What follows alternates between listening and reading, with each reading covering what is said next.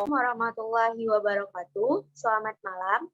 Nah, di sini kami dari kelompok 6 yang beranggotakan saya sendiri Rahmadita Ananda dan teman saya ada Sondang Elizabeth dan Datuk Iman. Nah, pada kesempatan kali ini kami akan membahas sedikit materi mengenai proses pembuatan palm. Kita ketahui bahwa palm sendiri merupakan hasil dari pemisahan serat dari bahan kayu yang berserat melalui berbagai proses pembuatannya. Nah, palm sendiri terdiri atas serat-serat berupa selulosa dan hemiselulosa dari berbagai bahan baku untuk pembuatan kertas. Pada umumnya, kayu sendiri mengandung material berupa lignin dan selulosa. Nah, selulosa inilah yang digunakan untuk dijadikan sebagai palm. Untuk memperoleh seratnya, maka harus dilakukan proses delignifikasi atau pemisahan komponen antara serat dan ligninnya. Proses pembuatan palm sendiri dilakukan dengan proses mekanis, proses kimia, dan semi kimia. Nah, untuk prinsip pembuatannya, palm secara mekanis, yakni dengan pengikisan dengan menggunakan alat seperti gerindra. Proses mekanis yang biasa dikenal diantaranya yaitu ada fine ground wood, semi ground wood. Nah, sementara untuk proses semi kimia, dia itu merupakan kombinasi antara proses mekanis dan kimia. Nah, jenis-jenis plum. Nah, ditinjau dari jenisnya, plum terbagi menjadi dua, yaitu ada yang berserat pendek dan ada yang berserat panjang. Plum serat pendek merupakan hasil pengumpulan serat dari tanaman pendek, seperti rerumputan dan sisa pertanian. Untuk plum berserat panjang, dia itu biasanya berasal dari kayu pohon yang besar-besar. Selanjutnya adalah diagram alir proses produksi pulp. Diagram alir proses produksi pulp dapat dilihat di dalam slide, di mana diagram alir proses produksi pulp ini diambil dari PT Daily Pulp and Paper Mills.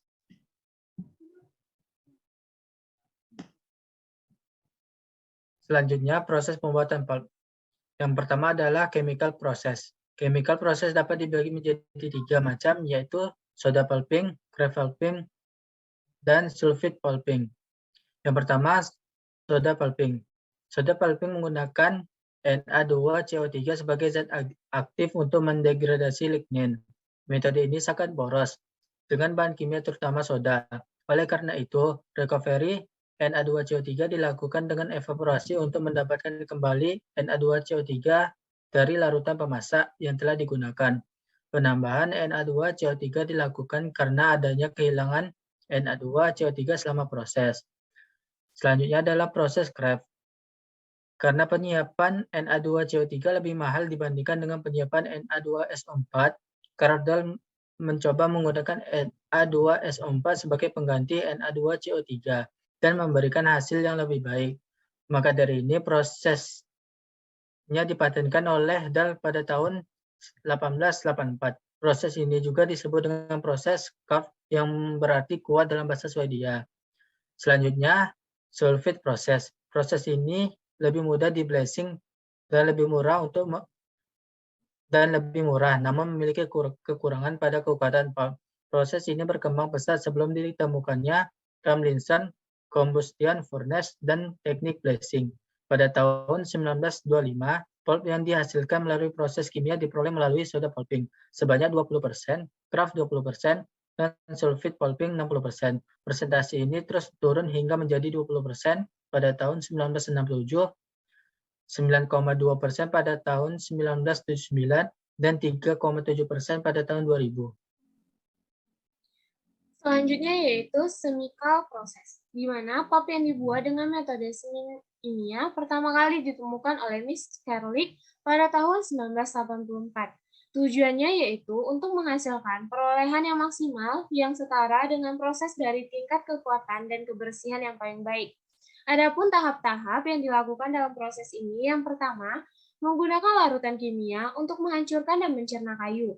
Larutan kimia yang biasa digunakan adalah NaOH, Na2CO3, Na2SO4, dan dalam proses ini, sebagian besar hemiselulosa harus sudah tercerna.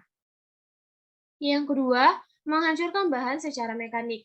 Salah satu proses terkenal pembuatan pulp secara semi kimia adalah proses neutral sulfide chemical atau NSCC, di mana proses pencernaan kayu merupakan proses yang memiliki arti yang sangat penting. Proses ini diatur sedemikian rupa dengan kondisi terbaik mulai dari temperatur, tekanan, dan larutan kimia. Yang ketiga, mechanical pulping. Mechanical pulping ini dapat dibagi menjadi dua jenis, yaitu stone grinding dan pressure dan refiner pulping process. Proses ini menggunakan groundwood memiliki brightness yaitu lebih dari 85% dan memenuhi ISO setelah dilakukan bleaching. Pulp dari proses TMP lebih kuat dibandingkan dengan groundwood pulp. Softwood digunakan sebagai raw material pada proses TMP karena hardwood memiliki karakteristik stress yang jelek. Hal ini disebabkan karena hardwood tidak membentuk fibril selama proses refining. Treatment menggunakan H2SO3 sebelum refining menyebabkan solfonasi di middle lamella sehingga lignin memiliki suhu transisi glass yang lebih rendah dan swelling yang lebih baik untuk memudahkan pemisahan serat. Mechanical pulp lebih murah dan menghasilkan yield hingga 85-95%. Namun Assalamualaikum warahmatullahi wabarakatuh. Kami dari kelompok 6 yang beranggotakan saya sendiri Rahmadita Ananda dan teman saya ada Sondang Elizabeth dan Lagi Imami. Di sini kami akan sedikit membahas mengenai proses pembuatan pupuk yang akan dijelaskan oleh teman saya. Pupuk adalah zat yang terdiri dari satu atau lebih unsur kimia yang sangat dibutuhkan oleh tanaman untuk pertumbuhan dan perkembangbiakan serta dapat meningkatkan produktivitas maupun kualitas hasil tanaman. Tumbuhan memiliki zat-zat penyusun yang sangat penting bagi kelangsungan hidupnya. Zat tersebut yaitu yang pertama unsur-unsur esensial, di mana unsur-unsur yang mutlak diperlukan oleh segala macam tumbuhan. Unsur-unsur ini disebut juga unsur hara makro dan mikro. Unsur makro yaitu ada karbon, hidrogen, oksigen, nitrogen, fosfor, kalium, kalsium, magnesium, dan sulfur. Sedangkan unsur mikro yaitu ada ferum, mangan, tembaga, molibdenum, fluori, seng, dan boron. Yang kedua unsur non-esensial yaitu seperti Na, Cl, Al, dan Si. Kekurangan kelebihan zat pada tumbuhan memberikan efek buruk untuk tumbuhan. Itu sendiri salah satunya seperti unsur nitrogen yang berfungsi untuk bahan sintesis asam amino, protein, asam nukleat, klorofil, merangsang pertumbuhan vegetatif, membuat bagian tanaman menjadi lebih hijau karena mengandung butir hijau yang penting dalam proses fotosintesis, dan mempercepat pertumbuhan tanaman. Kekurangan unsur nitrogen menyebabkan warna daun menjadi hijau muda dan akhirnya menguning. Pertumbuhan lambat dan tanaman menjadi kerdil serta buah masak sebelum waktunya. Sebaliknya, kelebihan nitrogen dapat menghambat pembuangan dan pembuahan. Selanjutnya adalah jenis-jenis pupuk. Jenis-jenis pupuk berdasarkan proses terjadinya. Pupuk dibedakan menjadi dua jenis yaitu pupuk alami. Pupuk alami berasal dari tumbuhan atau kotoran hewan yang terurai dengan sendirinya di dalam tanah. Terbentuknya pupuk alami akan meningkatkan sifat alami tanah karena menambah unsur-unsur zat hara dan mineral dalam tanah. Pupuk alami dibedakan menjadi pupuk hijau, pupuk kandang, dan pupuk kompos. Selanjutnya pupuk buatan. Pupuk buatan adalah semua jenis pupuk yang dibuat atau disintesis oleh tangan manusia di dalam pabrik ataupun industri. Pupuk buatan dapat dikatakan sebagai pupuk anorganik karena disusun atas senyawa-senyawa anorganik yang mengandung unsur hara tertentu berkadar tinggi.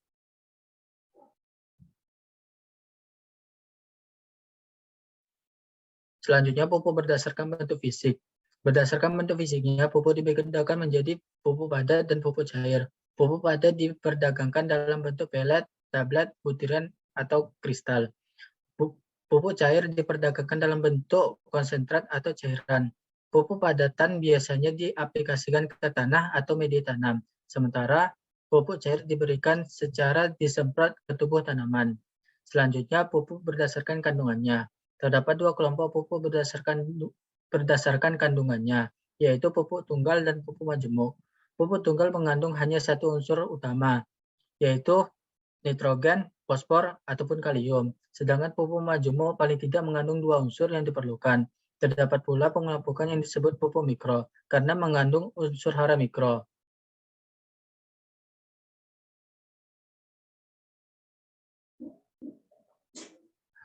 Selanjutnya, diagram alur proses produksi pupuk. Dapat dilihat dalam slide.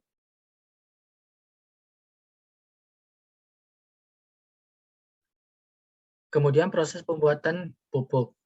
Yang pertama adalah persiapan slurry dan proses granulasi. Variasi formulasi membutuhkan sistem yang efisien untuk menghasilkan perolehan granulator yang besar. Asam sulfat dapat ditambahkan pada bahan baku padat melalui distributing pipe, sedangkan steam dan amonia diumpankan melalui sparger di dasar granulator. Produk keluaran bahan baku dialirkan secara gravitasi ke dalam drum granulator dan mengalami proses granulasi. Pada proses granulasi terjadi reaksi kimia dan fisik antara berbagai bahan baku dengan senyawa H3PO4 yang berasal dari asam fosfat. Asam fosfat dinetralkan dengan amonia hingga mencapai nisbah molar NP 0,8. Proses neutralisasi ini berlangsung di dalam neutralizer yang dipasangkan sedemikian rupa sehingga seluruh amonia fosfat yang dihasilkan langsung tertuang ke dalam granulator. Proses pembuatan selanjutnya yaitu proses granulator atau rotary drum. Untuk membuat NPK, semua bahan baku dan recycle diumpankan ke dalam granulator.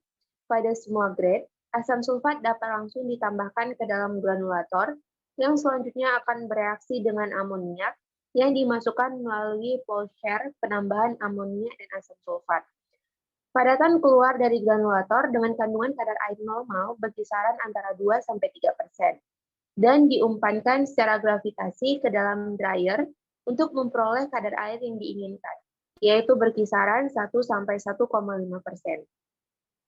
Gas yang terbentuk dalam granulator disedot melalui granulator pre-scrubber untuk menangkap kembali sisa amonia dan debu yang lolos. Proses selanjutnya yaitu proses pengeringan dan pengayakan produk. Dryer berbentuk rotary drum akan mengeringkan padatan keluaran dari granulator hingga kadar airnya itu mencapai 1-1,5% dengan menggunakan udara pengering dengan arah concurrent. Combustion atau furnace menggunakan bahan bakar batu bara sebagai media panasnya. Udara yang keluar dari dryer mengandung sejumlah amonia yang lepas dari produk. Debu dan air yang teruapkan dari produk akan dikeringkan. Udara akan dimasukkan ke dalam cyclone untuk memisahkan sebagian besar partikel yang terbawa oleh gas. Produk kering diumpankan ke exit dryer conveyor. Keluaran recycle conveyor dimasukkan ke dalam recycle elevator yang menampung semua aliran recycle bersama-sama dengan bahan baku padat yang akan diumpankan lagi ke dalam granulator. Selanjutnya yaitu proses pengeringan. Produk dengan ukuran on-size yang keluar dari product feeder akan diumpankan ke dalam polishing screen untuk menghilangkan butiran halus yang selanjutnya akan digabungkan dengan aliran recycle. Dari produk feeder, dialiran ke coolant drum yang akan menurunkan temperatur menggunakan tahap pendingin dengan udara kering pendingin yang berasal dari exchanger yang digunakan untuk memanaskan amoniak. Proses selanjutnya yaitu proses pelapisan. Pelapisan diperlukan terutama pada formulasi yang menggunakan urea. Karena sifatnya yang higroskopis, bahan baku yang dapat mempercepat proses jacking. Partikel yang terbawa udara saat keluar dari pendingin diambil kembali di dalam cyclone dan dikumpulkan di dalam hopper. Produk dingin dimasukkan ke final product elevator. Sebelum masuk, tahap pelapisan produk dari produk elevator harus melalui polishing screen, di mana produk yang on-size masuk ke dalam counter dan untuk produk yang undersize masuk kembali ke bahan baku melalui recycle ground conveyor.